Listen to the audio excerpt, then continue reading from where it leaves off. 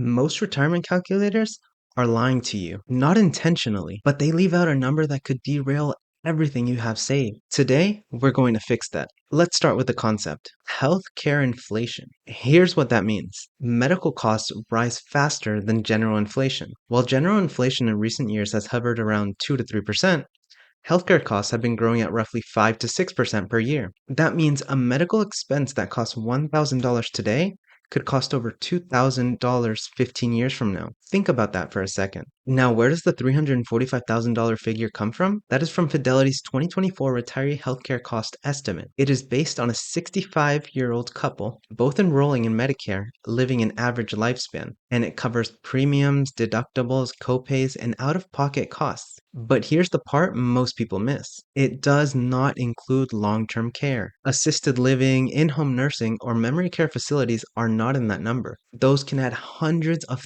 thousands of dollars more. So why does that matter to someone who's 32 or 41 right now? Because the decisions you make in the next 10 to 15 years determine how much of that cost you actually have covered when the time comes. The person who starts planning at 35 and the person who starts planning at 55 end up in very different financial situations. And today you're going to see exactly why. Here's where it gets interesting. There is one account in the American financial system that gives you a triple tax benefit, and most people are barely using it. It's called a health savings account, an HSA for short. Here's what that means. When you contribute to an HSA, the money goes in tax-free. It grows tax-free. And when you withdraw it for qualified medical expenses, it comes out tax-free. No other account does all three of those things. Not your 401k, not your Roth IRA, just the HSA. Now, here's the important part. In 2025, you can contribute up to $4,300 as an individual or $8,550 for a family. If you're 35 and you contribute the family maximum every year for 30 years, and that money grows at a conservative 7% per year, you are looking at over $800,000 in your HSA by retirement, more than double the projected healthcare costs for a couple. But here's the thing. To have an HSA, you need to be enrolled in a high deductible health plan, an HDHP. That means you are accepting a higher deductible in exchange for lower premiums and HSA eligibility. For someone who is healthy and in their 30s, that trade-off is often worth it. If you're not sure whether your current plan qualifies, check with your HR department. That one conversation could open up a tax advantage most people never use. Here's a practical move you can make right now. Even contributing $200 a month to an HSA starting at 35 adds up to over $247,000 by 65 at 7% growth. That is money sitting on a tax-free account, waiting for the exact cost that we're talking about today. Let's talk about how this changes your retirement number. The 4% rule is one of the most common frameworks in retirement planning. It tells you how much you can safely withdraw from your savings each year without running out of money over a 30-year retirement. The idea is simple. Multiply your annual retirement expenses by 25,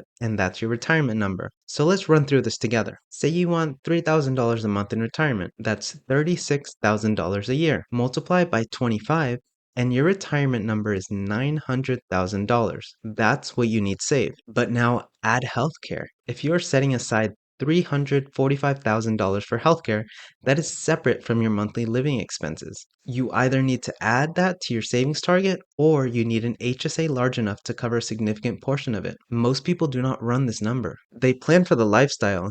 They forget the medical reality. Here's a real example. Jordan is 38. He earns $85,000 per year. He contributes 10% to his 401k and has about $42,000 saved. He has never opened an HSA. His retirement number, assuming a modest lifestyle, is around $850,000.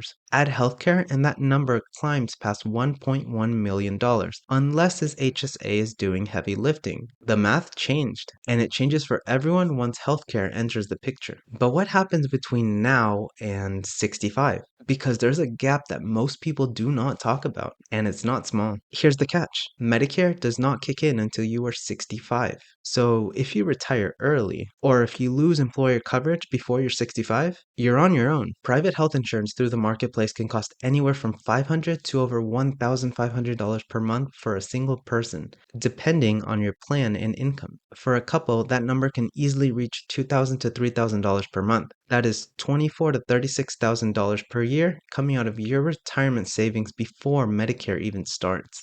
So if you're planning to retire at 62, you were looking at 3 years of uncovered healthcare costs. At $2,000 per month, that's $72,000 from your retirement account just to stay insured. That is money that no longer compounds. That is money that no longer works for you. On the other hand, if you plan for this gap now, it does not have to derail anything.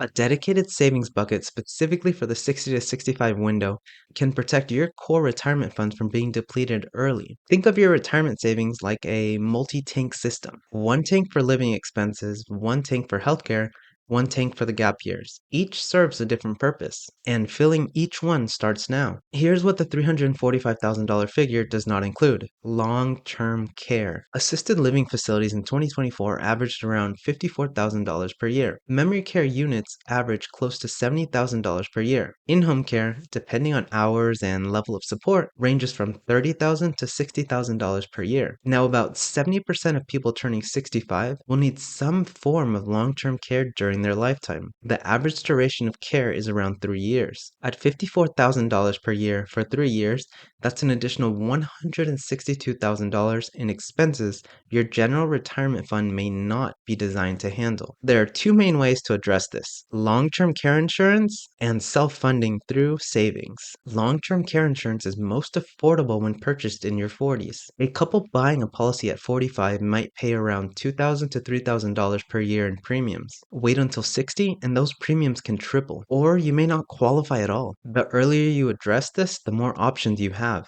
Self-funding is the other route. This means building enough in your HSA and retirement accounts to absorb long-term care costs out of pocket. That requires a higher savings target and a longer time horizon, both of which favor someone reading this today over someone who waits. Let's bring this into a framework you can actually use. Here's how to think about prioritizing your contribution when healthcare is part of the picture. First, contribute enough to your 401k to capture the employer match. That's free money. You do not leave it on the table. For most employers, that's about 3 to 6% of your salary. Second, fully fund your HSA. This is where most people skip a step. The HSA should be treated like a required contribution, not an optional one. The $4,300 individual max or $8,550 family max is your target every year. Third, if you have capacity beyond those two, max your Roth IRA. Roth withdrawals in your retirement are tax-free. That gives you flexibility to manage your taxable income in retirement and keep Medicare premiums lower. Fourth, go back and increase your 401k contributions beyond the match. If you're not hitting that, there's room to grow. So if you learned anything from this video,